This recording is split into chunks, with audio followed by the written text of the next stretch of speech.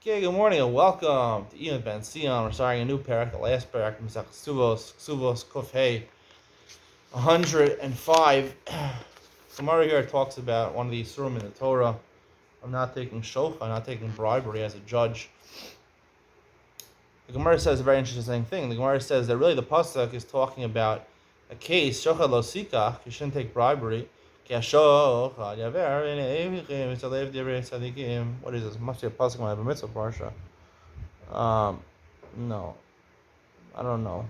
Maybe it's in Shmos Chav Gimel, Dvarim Ped Zayin. I didn't lay. Maybe I did lay in part of these parshas. It's not a mitzvah parsha, which is kedoshim, but it says over here that you shouldn't take shochad because shochad will blind the eyes of the chamim, be salih divrei sadikim, and it'll corrupt the words of sadikim.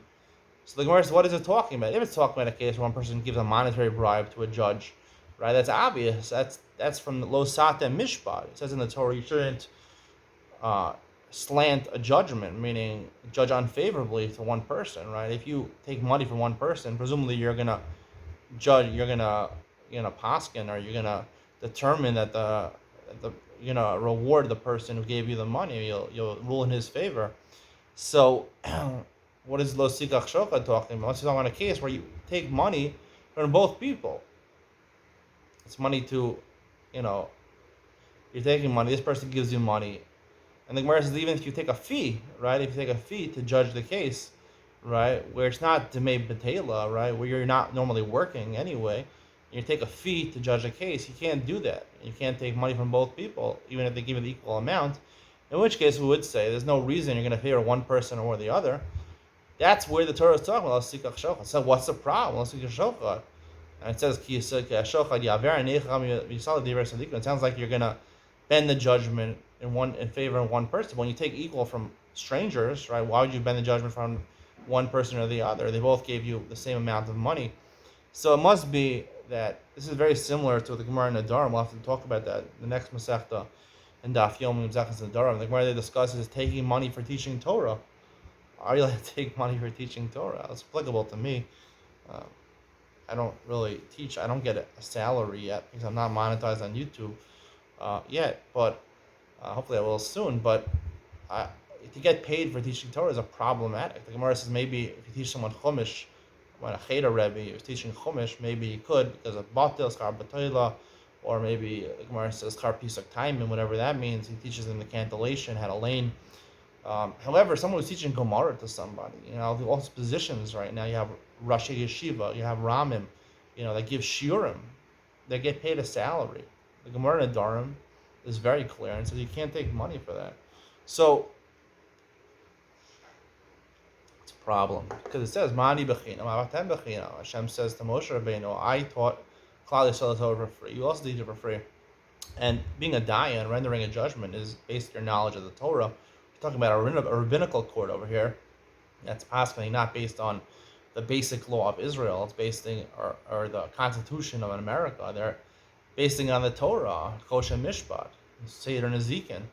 So what's the reason you can't take equal payment? You can't take payment for rendering a judgment, or we'll include it for teaching Torah to people. And the reason over here, I think this is the basic nature of people. I heard from Rabbi Pinchas Lubavitch, who's Rosh Yeshiva in Ramat Eshkol.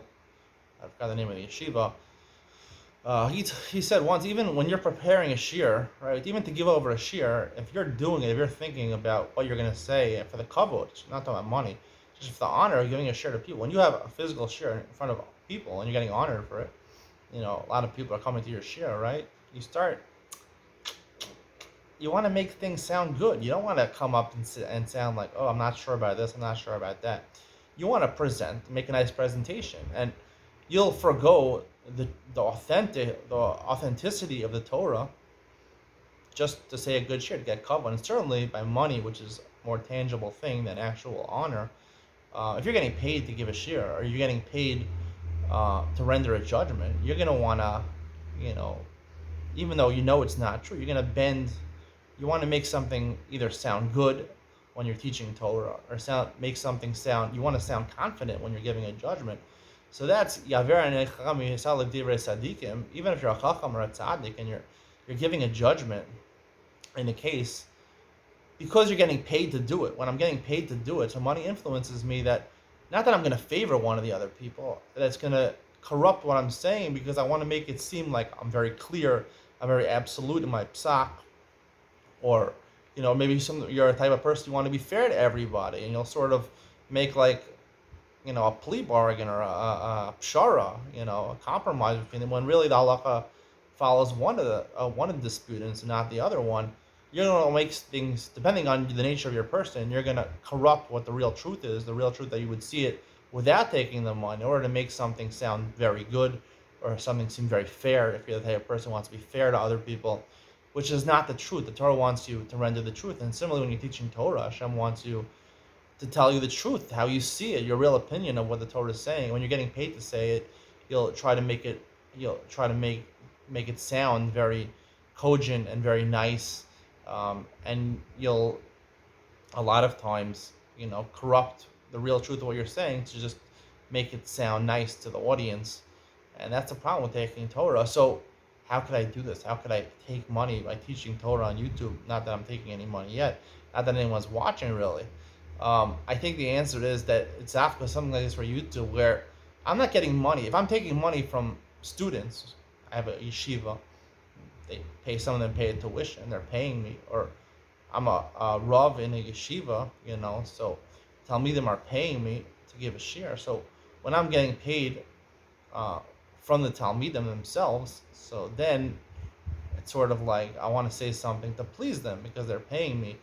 However, when a third person is paying you, YouTube would be paying me for AdSense, for helping them advertise, running advertisements on my share. So it's a third person paying me. I'm not influenced to say one thing or another